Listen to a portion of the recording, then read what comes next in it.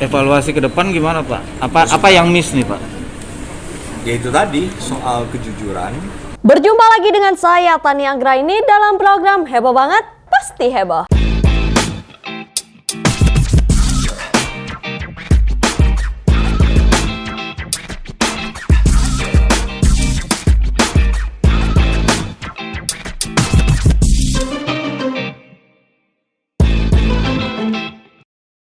Panglima TNI Jenderal TNI Andika Perkasa mengungkap kebohongan dan posko Ramil Gome yang saat ini tengah diproses hukum terkait insiden penyerangan kelompok bersenjata di Papua yang menyebabkan tewasnya 3 prajurit posko Ramil Gome Satgas Kodim YR 408 SBH pada Kamis 27 Januari 2022 lalu.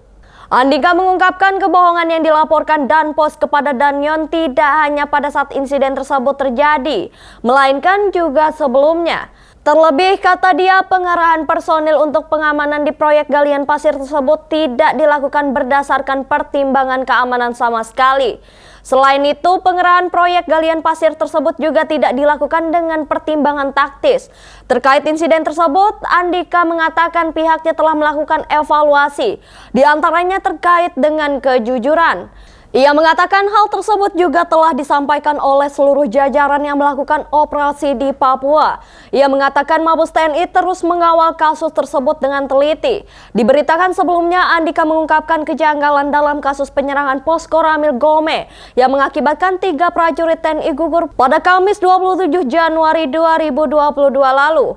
Ia mengakui bahwa yang melakukan penyerangan dan menewaskan 3 prajurit TNI adalah kelompok bersenjata di Papua. Namun demikian, dalam kejadian tersebut ada peran penggelaran di tempat yang tidak diperhitungkan dan disepelekan oleh Komandan Kompi yang saat itu bertindak sebagai Komandan Pos. Andika juga mengungkapkan Danpos tersebut juga melakukan kebohongan. Kebohongan yang dimaksud adalah apa yang terjadi sebenarnya bukanlah yang dilaporkan Danpos tersebut kepada Komandan Batalion.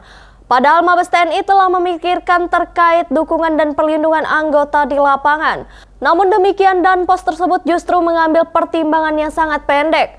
Hal tersebut diungkapkannya di kanal YouTube Jenderal TNI Andika Perkasa yang diunggah pada Jumat 18 Maret 2022. Apa yang dilaporkan oleh Komandan Pos bukan hanya insiden hari itu ya. Hari itu kan insiden yang kemudian menewaskan sampai dengan 3 orang anak buah dari pos itu.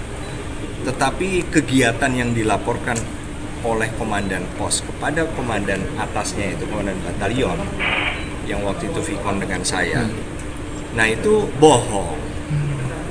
Jadi misalnya dikatakan dia mengeluarkan pengaman pos itu patroli ke titik ini, ke titik A.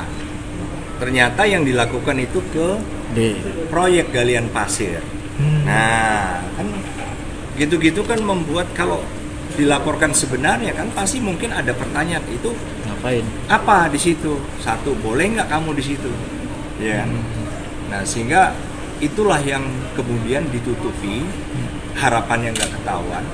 Tapi juga pada saat yang bersamaan, cara Komandan Pos ini menggelar di tempat galian pasir tadi itu nggak sama sekali nggak ada pertimbangan gimana supaya misalnya aman.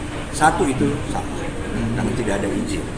Kedua, dilakukan juga dengan tanpa pertimbangan taktis. Ingat, ini kan bukan daerah Biasa. Nah, ini daerah yang memang keamanannya juga agak lebih tidak biasa, gitu. Evaluasi ke depan gimana Pak? Apa yang miss nih Pak? Ya itu tadi soal kejujuran. Jadi yang baru-baru berangkat kemarin kan juga sudah kita brief habis. Bahkan kepada yang sedang beroperasi di sana pun juga kita sampaikan evaluasi itu, insidennya apa, sehingga terjadi bagaimana.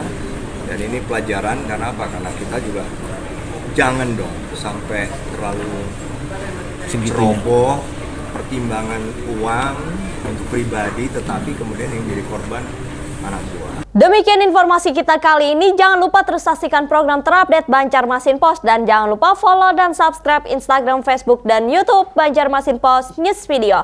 Bye-bye.